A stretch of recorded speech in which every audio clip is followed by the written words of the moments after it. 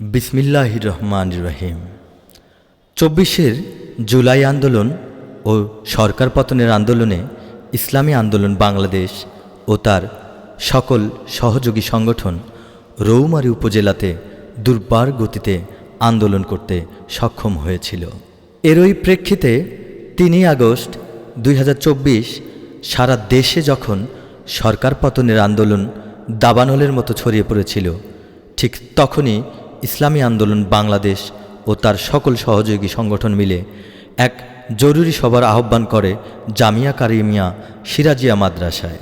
মিটিংয়ে উপস্থিত থাকেন ইসলামী আন্দোলন বাংলাদেশের তৎকালীন রৌমারী উপজেলা শাখার সংগ্রামী সভাপতি মাওলানা আক্তার হোসেন, ইসলামী যুব আন্দোলন রৌমারী উপজেলা শাখার তৎকালীন সভাপতি মাওলানা মোহাম্মদ মাইদুল ইসলাম সহ সকল সহযোগী সংগঠনের নেতৃবৃন্দ।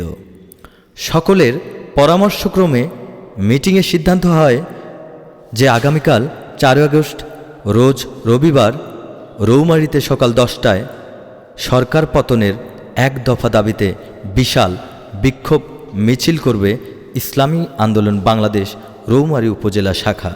এই সিদ্ধান্তের পরিপ্রেক্ষিতে ৪ আগস্ট রোজ রবিবার সকাল ১০টায় শত বাধা উপেক্ষা করে এবং পুলিশের গুলির উপেক্ষা করে রৌমারী উপজেলা হাসপাতাল মসজিদ থেকে এক বিশাল বিক্ষোভ মিছিল বের করে রৌমারী ইসলামী আন্দোলন বাংলাদেশ রৌমারী উপজেলা শাখার সকল তৃণমূলের নেতৃবৃন্দরা। মিছিলটি রৌমারী উপজেলা চত্বর হয়ে শাপলা চত্বর থেকে থানামোড় প্রদক্ষিণ করে আবার উপজেলা পরিষদের ভেতরে প্রদক্ষিণ করে মিছিল শেষ হয়ে উপজেলা গেটের সামনে অবস্থান নেয় ইসলামী আন্দোলন বাংলাদেশের সকল স্তরের নেতাকর্মীরা। মিছিল শেষে সংক্ষিপ্ত বক্তব্য প্রদান করেন মাওলানা আক্তার হোসেন। তিনি প্রশাসনকে উদ্দেশ্য করে বলেন, রৌমারী প্রশাসনকে স্পষ্টভাবে বলতে চাই, আমার রৌমারী ছাত্র জনতার উপর একটি গুলি ছোড়া হলে এর দাঁত ভাঙ্গা জবাব দিতে সর্বদা প্রস্তুত আছে ইসলামী আন্দোলন বাংলাদেশ। বক্তব্যে মাওলানা মাইদুল ইসলাম বলেন, খুনি হাসিনা শিক্ষার্থীদের উপর গুলি চালিয়ে যে বর্বরতার পরিচয় দিয়েছে, প্রতিটি জবাব শেখ হাসিনাকে দেয়া হবে এবং এর উত্তম জবাব হলো শেখ হাসিনাকে বাংলার গদি ছাড়তে হবে।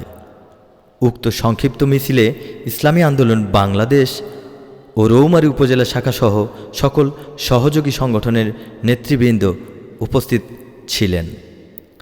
মিছিলকে সর্বাত্মক সফল করা সরকার পতনের চূড়ান্ত ফয়সলা করতে সক্ষম হয় রৌমারী উপজেলা ইসলামী আন্দোলন বাংলাদেশের হাত ধরে। এ সময় ইসলামী ছাত্র আন্দোলন থেকে মিছিলকে অগ্রভাগ থেকে নেতৃত্ব দিয়েছিলেন তৎকালীন সাধারণ সম্পাদক আবু মুসা আকন্দ, সাংগঠনিক সম্পাদক মোহাম্মদ সুলাইমান হোসেন এবং তৎকালীন প্রশিক্ষণ সম্পাদক ফিরোজ আহমেদ সহ শহীদুল ইসলাম কাউসারি, আতিকুর রহমান সহ সকল নেতৃবৃন্দ। জুলাই আন্দোলন ছিল গণমানুষের আন্দোলন।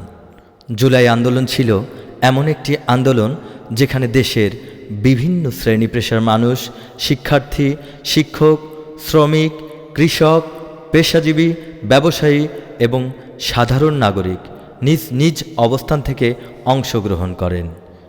এই অংশগ্রহণের ব্যাপকতার কারণেই অনেকের কাছে এটি একটি গণমানুষের আন্দোলন হিসেবে পরিচিত। কিন্তু রাজপথে সবার আগে যে দলটি এই বাংলাদেশের জুলাই আন্দোলনে অংশগ্রহণ করেছিল, নির্ভীকতার পরিচয় দিয়ে জীবন বাজি রেখে যারা গণ আন্দোলনের ডাক দিয়েছিলেন, তারা ছিল এই ইসলামী আন্দোলনের নেতা এবং তৃণমূলের কর্মীবৃন্দ। তাদের হাত ধরে, তৃণমূলের হাত ধরে রৌমারী উপজেলা ইসলামী আন্দোলনের অনুসরণে সেদিন রাজপথে নেমে এসেছিল লাখো লাখো জনতা এবং অবশেষে পতন হয় খুনি হাসিনার। রাজপথে সেদিন মিছিল জুড়ে তরুণ যুবক বৃদ্ধ নিয়ে শপথ নিয়ে হাতে হাত ধরে ধরেছিলে বীরের বেশ, যাবে না ভোলা স্মৃতিতে গাথা একটি না, ইসলামী আন্দোলন বাংলাদেশ, ইসলামী আন্দোলন বাংলাদেশ, ইসলামী আন্দোলন বাংলাদেশ। বুলেট ছিল তীক্ষ্ণ, দিয়েছে কত ভাই রক্ত, কত হয়েছে খালি মায়ের কোল। বুলেট ছিল তীক্ষ্ণ, দিয়েছে কত ভাই রক্ত, কত হয়েছে খালি মায়ের কোল। শপথ ছিল করবে মুক্ত, গর্বে স্বাধীন দেশ, যাবে না ভোলা স্মৃতিতে গাথা একটি নাম। ইসলামী আন্দোলন বাংলাদেশ, ইসলামী আন্দোলন বাংলাদেশ, ইসলামী আন্দোলন বাংলাদেশ।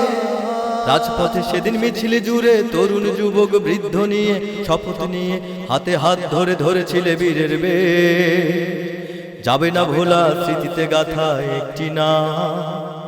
ইসলামী আন্দোলন বাংলাদেশ, ইসলামী আন্দোলন বাংলাদেশ, ইসলামী আন্দোলন বাংলাদেশ, ইসলামী আন্দোলন বাংলাদেশ।